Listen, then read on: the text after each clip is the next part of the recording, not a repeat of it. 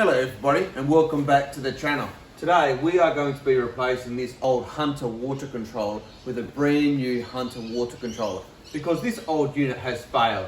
It's probably had a power surge or something through it over winter.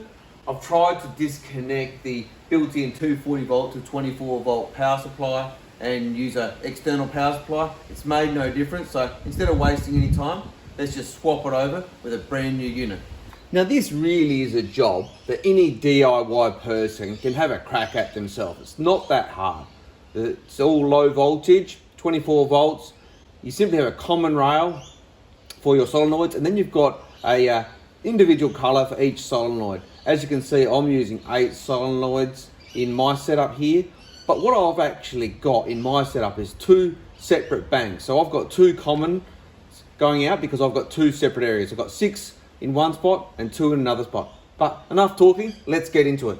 So to start with, I recommend taking a photo of all of the colors of the wires so you know how to put it back together.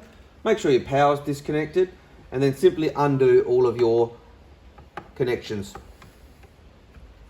So we've got the common, we've got each of the solenoids.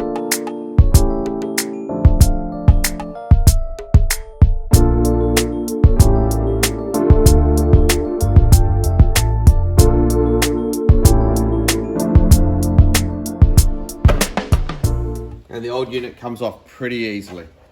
So I've got the new unit here, let's get it unboxed.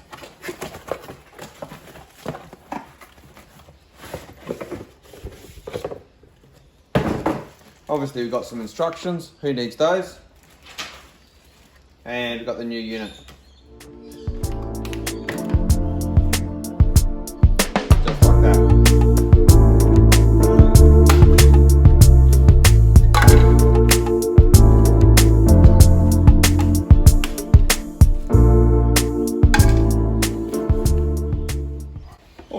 So hopefully with going with the same brand of unit, we will have the same alignment of holes on the back.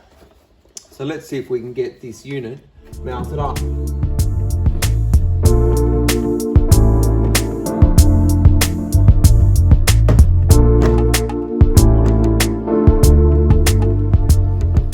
Looking good so far.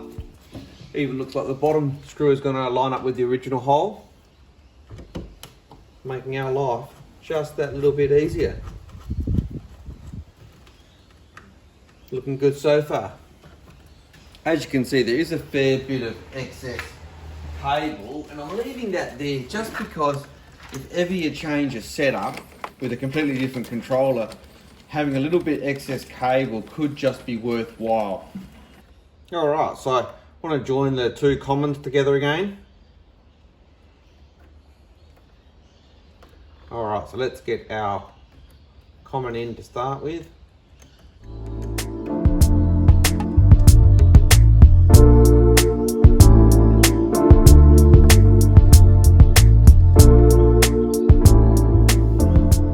Alright, now this is where the photograph that you took earlier of your setup might be particularly useful. If you don't have a photograph, it doesn't really matter as long as you know which wires were actually connected. The order is just going to change the order which your solenoids actually switch on. Like me, I had an order for a reason, so I'm putting this back exactly the way it was, referencing the photograph which I took as I go. You can see here these excess wires are because on the bank, the second bank which I've only got 2 solenoids connected, so I don't need these extra wires in the core, so they're just put to one side.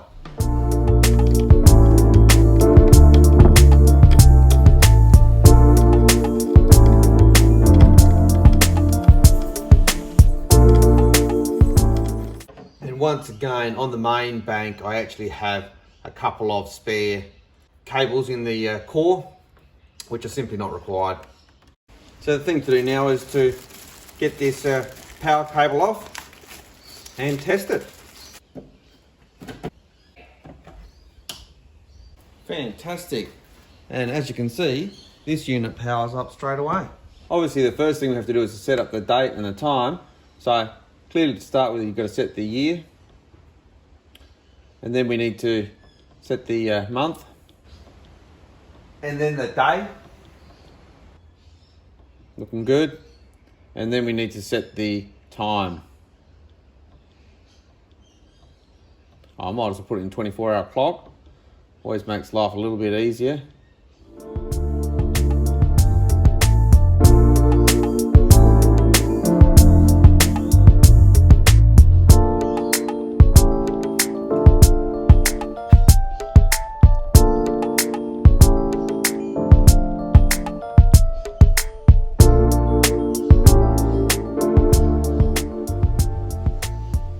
Fantastic. So that's the time and date set. Alright, so before we get too carried away, let's do a test to see if we can manually switch on the sprinklers. So let's start with the number 1 and just put it up to say 10 minutes, and let's hit the run on that. Alright, so as you can see, that's how to test manually and cycle through and test all of your stations. And once we've done that, we're going to set up a program. So this unit can have 3 programs, and within each program you can have 3 different start times. So to set it up, you go to start times. If you hit the program key, it cycles between the 3 different programs. To start with, I'm just going to set up a basic program in A, and then I'm going to select a start time. So you can see, as by advancing it like this, it increments in 15-minute increments. So I'll set it up to start at 6 AM or maybe 5:30. So see, we've got program A set up to start at 5:30. And then we need to set our run times. And I'm just going to do this really simply. I'm just going to set each solenoid at this stage just to run for 10 minutes. And then I'll adjust it as I go, depending on the station. Obviously, if it's the lawn, might be a bit longer than just some flowers, but you know, let's just get it set up and working to start with.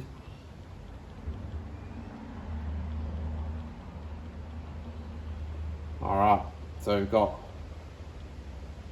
times, and then we need to set our days. So program A,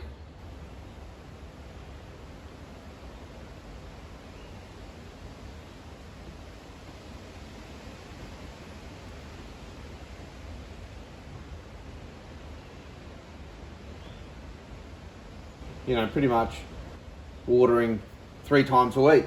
So then we simply set it to run, and it's good to go. All set up. Final thing to do is to pop this cover on, and we are done. So there you go, folks. That's how to replace your tired old broken water controller with a brand new Hunter water controller. If you've like me, I've deliberately chosen like for like brands to make the installation even easier. Now, you may have noticed that this new version does have the optional Wi-Fi module. I haven't purchased that at this stage, but that's something that I'm probably going to do in the future. So if you are interested in that, look out for that future video. In the meantime, if you have liked this video, do feel free to like, share and subscribe. Until next time, have a good evening.